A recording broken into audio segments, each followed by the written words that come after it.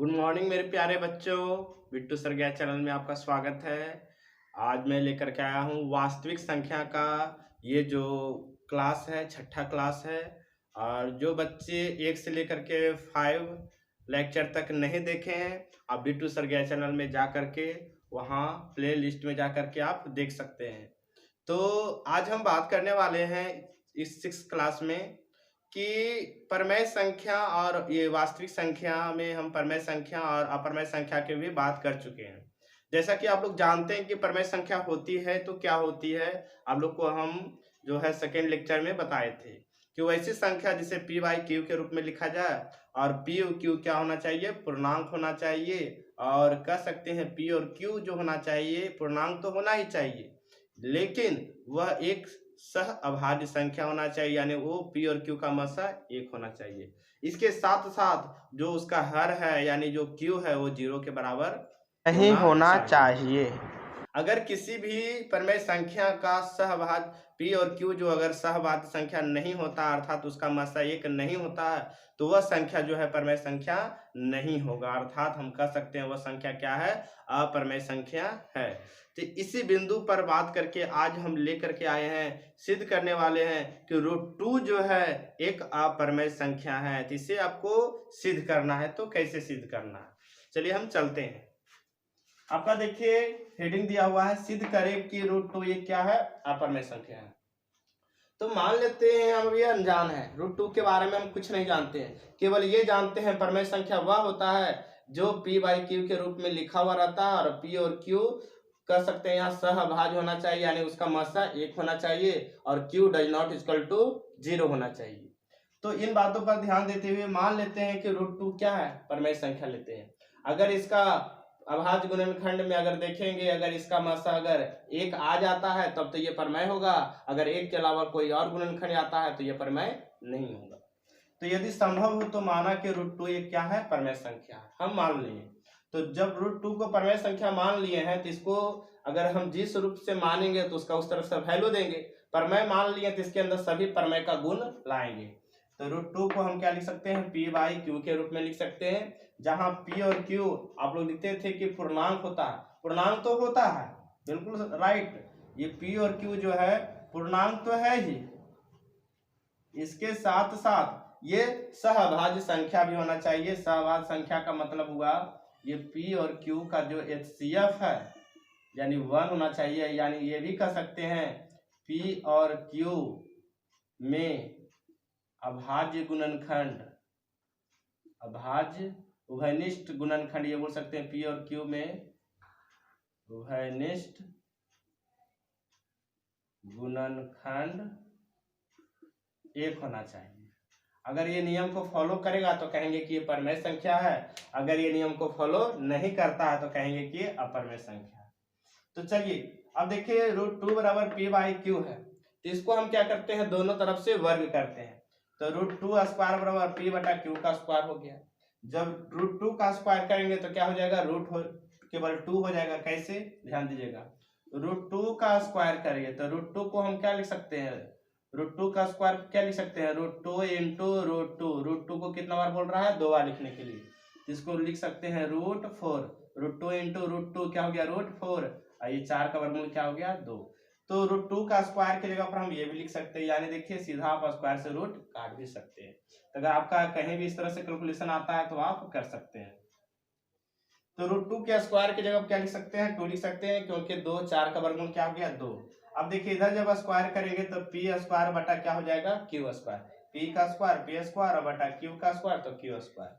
यहाँ हम क्या करते हैं, क्रॉस मल्टीप्लीकेशन करते हैं, तो क्यू स्क्वायर में 2 से मल्टीप्लीकेशन किए तो 2q स्क्वायर, 2q स्क्वायर बराबर पी स्क्वायर में 1 से मल्टीप्लीकेशन किए तो पी स्क्वायर। यहाँ ये पता चल रहा है कि आप पढ़े होंगे यूक्लिड विभाजन प्रमेयिका में a बराबर BQ प्लस आर पढ़े होंगे, a बराबर BQ प्लस आर। तो यहाँ पर देखिए क्या है, दोनों जो है स्क्वायर में है, दोनों क्या है, स्क्वायर में है। तो इसको आप इस तरह से भी लिख सकते हैं आप, यानी कह सकते हैं कि 2q स्क्वायर बराबर p है, 2q स्क्वायर बराबर क्या है, p है। तो इसको आप इस तरह से लिख सकते हैं p स्क्वायर बराबर 2q स्क्वायर। यहाँ आर का मान कुछ भी नहीं है तो मान लेते हैं क्या है 0, क्योंकि किसी भी संख्या में 0 जोड़िए उसमें कोई अंतर नहीं होता। तो ए स्क्वायर बराबर बी स्क्वायर, ए बराबर बी क्यू प्लस आर, ये है बी और ये है क्यू और ये प्लस आर। शेषफल 0 कब आता है बच्चा लोग ध्यान दीजिएगा, शेषफल 0 कब आता है, जब ये दो जो है पी स्क्वायर को पूर्णतः विभाजित किया होगा तभी यह शेषफल 0 आया होगा।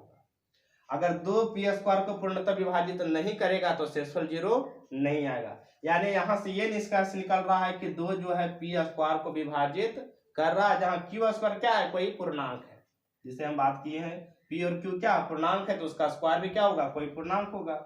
यानी दो जो है पी स्क्वायर को विभाजित कर रहा है तो दो पी को भी केवल विभाजित कर सकता है। जैसे मान लिया कि दो पी क्या पी क्या पूर्णांक है, मान लेते हैं 2 स्क्वायर को विभाजित 2 कर रहा है, यानी 4 को विभाजित 2 कर रहा है, तो क्या इसके बिना स्क्वायर को भी विभाजित 2 कर सकता है कि नहीं कर सकता है।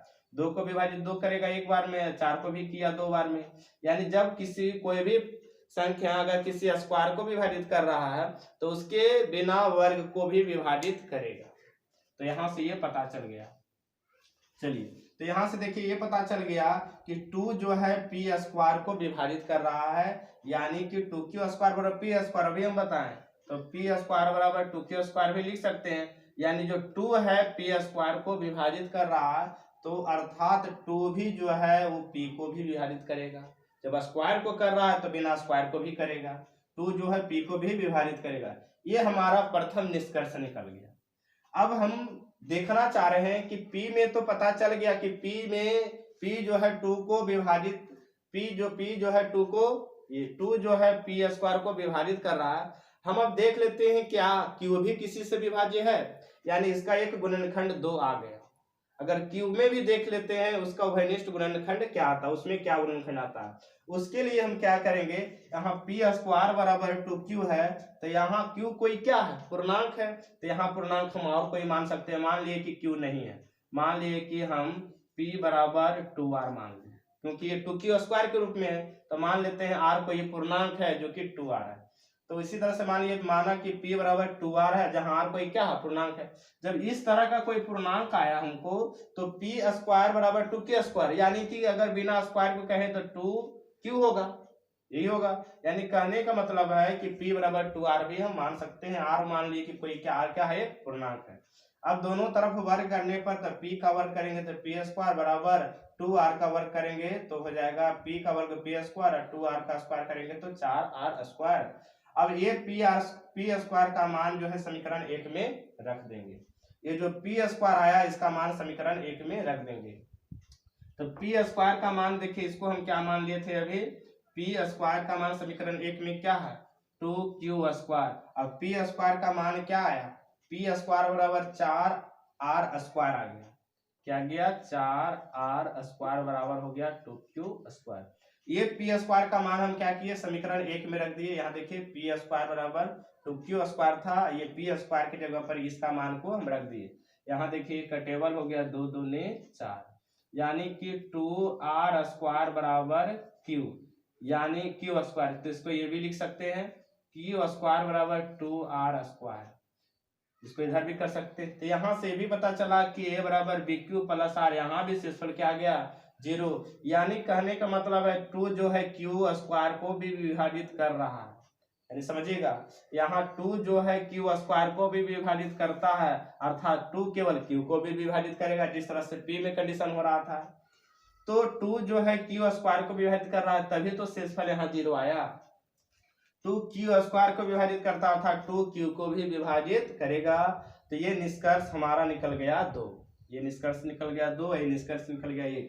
निष्कर्ष 1 और निष्कर्ष 2 से ये पता चलता है कि p और q में एक उभयनिष्ठ गुणनखंड आ गया, वो आ गया 2, क्योंकि ये दोनों जो है p और q 2 से विभाज्य है।